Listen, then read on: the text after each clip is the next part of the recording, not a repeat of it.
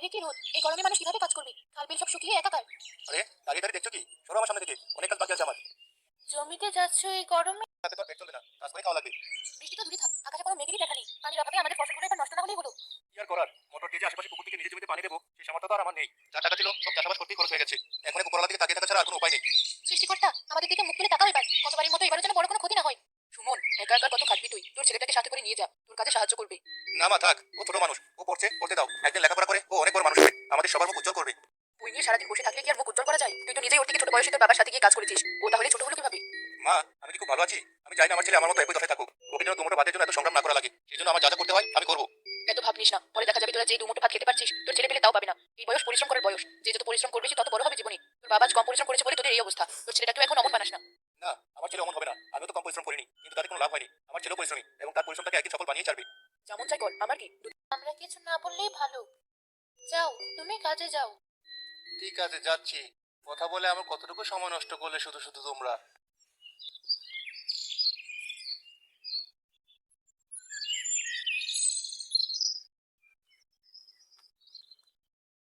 সুমন ভাই, এই গরমের মধ্যে কাজ করা যে কষ্ট।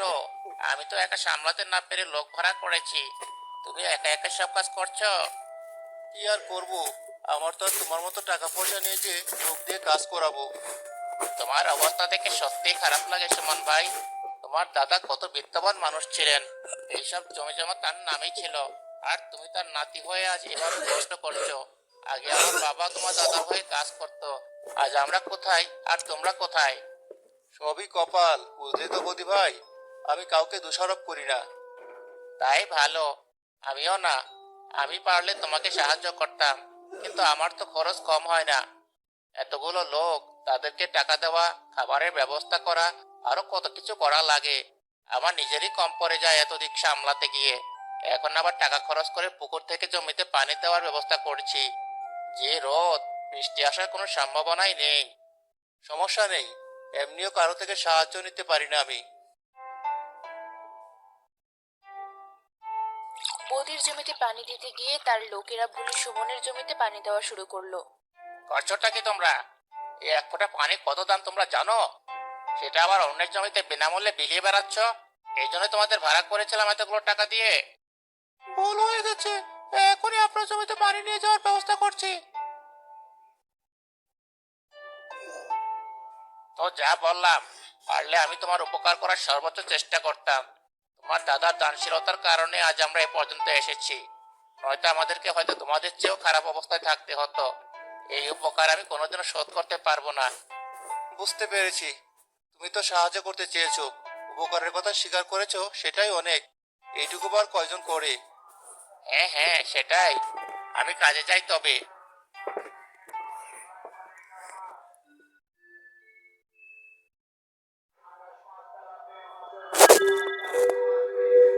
কি করছিস তুই পরি? ব্যাগগুলোকে সাজালি কিভাবে? আর কিসের জন্য সাজিয়েছিস? এভাবে বেঁধে রেখেছিস কেন ওকে? ছেড়ে দে বলছি। না ভাইয়া, আমি এই ব্যাগ দুটোকে বিয়ে দিচ্ছি। ওদেরকে এখনই ছাড়া যাবে না। ব্যাঙের বিয়ে কেন দিচ্ছিস তুই? পাগল হলি নাকি? তুই জানিস না, ব্যাঙের বিয়ে দিলে বৃষ্টি হয়। মা বলেছে বাবার জমিতে ফসল ফলানোর জন্য এখন বৃষ্টির খুব দরকার। তাই আমি ব্যাঙের বিয়ে দিচ্ছি, যেন বৃষ্টি হয়। আরে বোকা মেয়ে, এগুলো করে কোনো লাভ হয় না, এসব হচ্ছে কুসংস্কার। কি বললি? যাই হোক, ব্যাঙের বিয়ে দিলে যদি বৃষ্টি হয়, আমি একবার না 1000বার ব্যাঙের বিয়ে দিব। তোর ভালো না লাগলে তুই চলে যা। আচ্ছা আচ্ছা, আমি কথা চাচ্ছি না। তোর ব্যাঙের বিয়েতে দাওয়াত দিবি না আমাকে? খাবারের আয়োজন কি রেখেছিস? এই যে মায়ের বানানো একটা শাকের বড়া, তুই খা অর্ধেক, আর বাকি অর্ধেক আমার বান্ধবী তোমাকে দিব। বাহ, বেশ বড়সড় আয়োজন। দে, আমাকে আমার ভাগে বড়া দে।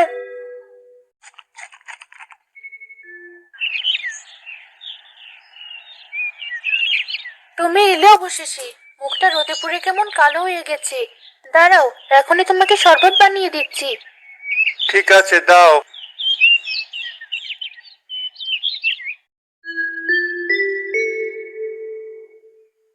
বাবা, আমি ব্যাঙের বিয়ে দিয়েছি আজ। তুমি কোনো চিন্তা করো না, বৃষ্টি ঠিকই আসবে এবার। হ্যাঁ মা, আসবে, আমি জানি। ছোট মানুষের মনের আশা সৃষ্টিকর্তা অপূর্ণ রাখেন না। বাবা, তুমি এখনো এই ছেঁড়া ছাতা নিয়ে মাঠে যাওয়া কাজ করতে?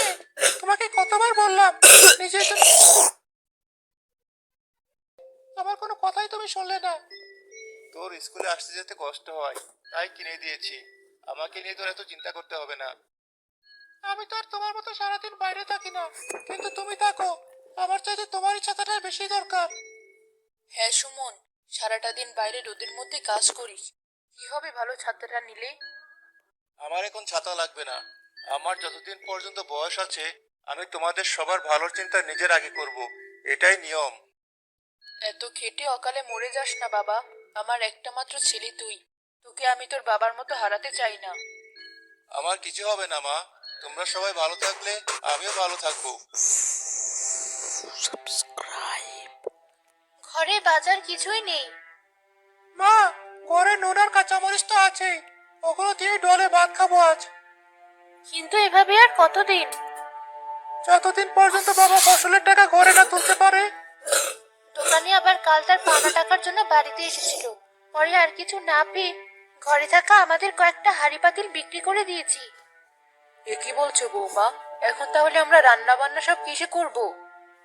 এমনিতে আমাদের ঘরে তেমন বাজার ঘাট নেই। কি আর রাখি তোমরা, ভালো হয়েছে ঘরে থাকা পাতিলগুলো বিক্রি করে দিয়েছো।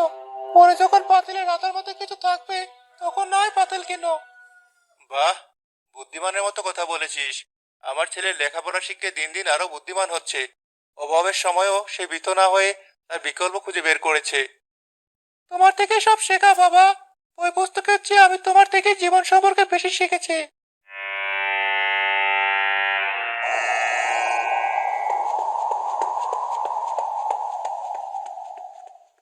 দেখেছো, আমার ব্যাঙের বিয়ে দেওয়া শেষ হতে না হতেই ঝড় বৃষ্টি চলে এসেছে। তোমার কথাই ঠিক হয়েছে, উপরওয়ালা আমার কথা শুনেছেন। হ্যাঁ মা, এবার আর আমার কোনো চিন্তা রইলো না। আগের বারের মতো ফসলগুলো নষ্ট হবে না। সবার ধার দেনাগুলো শোধ করে এবছরটা আমি চলতে পারবো। আমাকে একটা নতুন শাড়ি কিনে দিস বাবা, আমার শাড়িটা একদম ছিঁড়ে গেছে। হ্যাঁ মা, একটা না 3টে শাড়ি কিনে দেবো তোমায়। আমাকেও তাহলে নতুন জামা কিনে দিতে হবে। হ্যাঁ দেবো, সবাইকেই দেবো। তোমরা শুধু প্রার্থনা করো যেন বেশ জোরে সোরে অনেকক্ষণ বৃষ্টি হয়। তাহলে আমার ফসলগুলো পর্যাপ্ত পরিমাণে পানি পেয়ে ঠিকভাবে বেড়ে উঠবে। আচ্ছা বাবা, করছি। কিরে সুমন, আকাশটা হঠাৎ পরিষ্কার হয়ে যাচ্ছে, বৃষ্টি কি আসবে না তবে? তাই তো দেখছি, রোদও উকি দিচ্ছে আকাশ থেকে মনে হয়। উপরওয়ালা এভাবে আমাদের আশা দেখিয়ে আবার হতাশ করে দিল। না জানি কপালে কি আছে আমাদের এবার। বাবা, তুমি এভাবে বলো না, একটা না একটা উপায় ঠিকই বের হবে।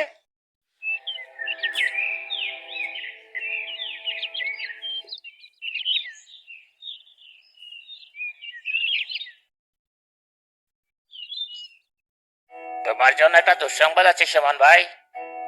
এত কিছুর মাঝে আবার নতুন আর দুঃসংবাদ? বলো দেখি কি দুঃসংবাদ। তোমাদের বাড়িটা তো তোমাদের নিজেদের বাড়ি না, ওটা আসলে আমাদের বাড়ি।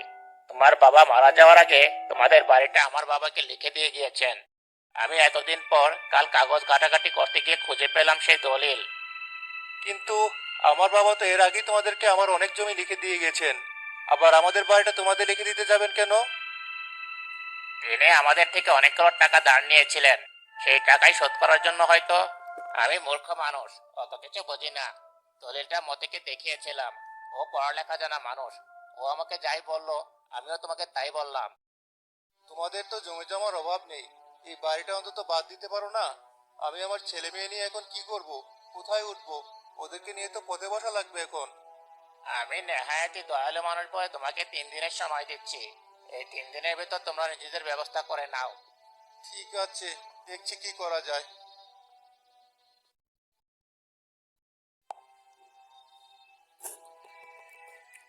এ কি বলছো তুমি? এখন আমরা কিভাবে কি করবো? কোথায় গিয়ে উঠবো ছেলে মেয়ে নিয়ে? আগে পেটে ভাত না থাকলে অন্তত মাথা গোজার ঠাঁই ছিল, এখন তো সেটুকুও থাকলো না।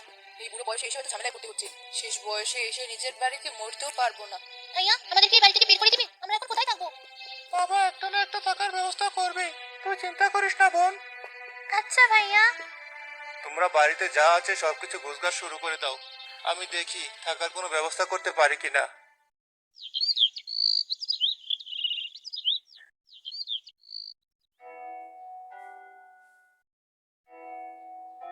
বুঝলেন তো ভাবি, এতদিনে এসে আপনাদেরকে এমন অসহায় অবস্থায় দেখতে মোটেই ভালো লাগছে না আমার।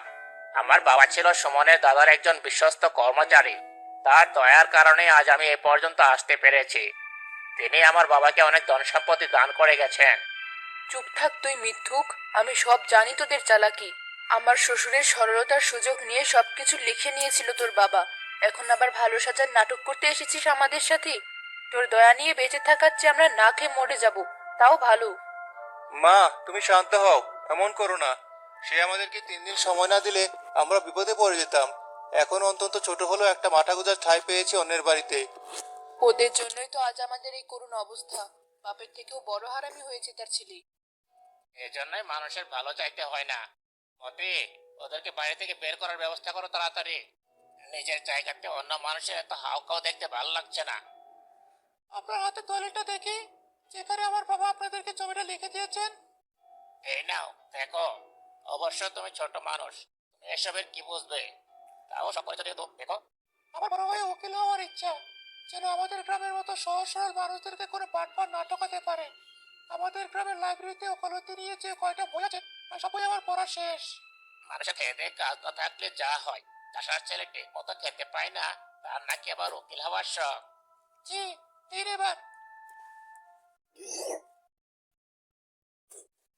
এখানে লেখা আছে, আমার দাদা যদি 1 বছরের মধ্যে আপনাদের দেওয়া টাকা শোধ করতে না পারে, তাহলে আপনারা পূর্বপাড়ায় থাকা তার ধানের জমি অর্ধেক দখল করে নিতে পারবেন। এই 1 বছরের ভেতর সেই জমি অন্য কারো দখলে চলে গেলে এই বাড়ি আপনাদের নামে হয়ে যাবে। হ্যাঁ, সবই তো ঠিকঠাক লেখা আছে। এবার তোমাদের বিশ্বাস হলো? আর তোমার দাদি তো শুধু শুধু আমাকে আর আমার বাবাকে ঠকবাজ প্রতারক বললো। সবই ঠিক আছে বুঝলাম, কিন্তু আপনারা তো অর্ধেক জমি ঠিকই দখল করে নিয়েছেন। এখন আবার আমাদের বাড়ি কেন দখল করতে চাইছেন? না মানে, অর্ধেক কই দখল করলাম? অর্ধেক না, অর্ধেকের বেশি দখল করে বসে আছো তুমি।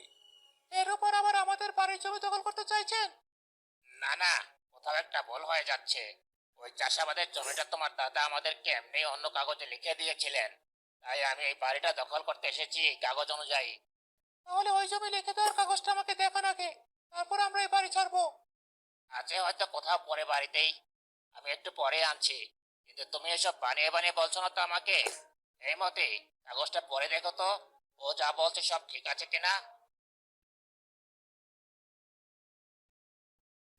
জি, দেখেছি। হ্যাঁ, ও যা বলছে সব ঠিকই আছে। ঠিক আছে, আমি কালকের মধ্যে আবার ফিরে আসবো কাগজ দিয়ে। এত খুশি হওয়ার কিছু নেই। চলো মতি। হ্যাঁ হ্যাঁ, যা। ওই কাগজে কোথাও খুঁজে পাবে।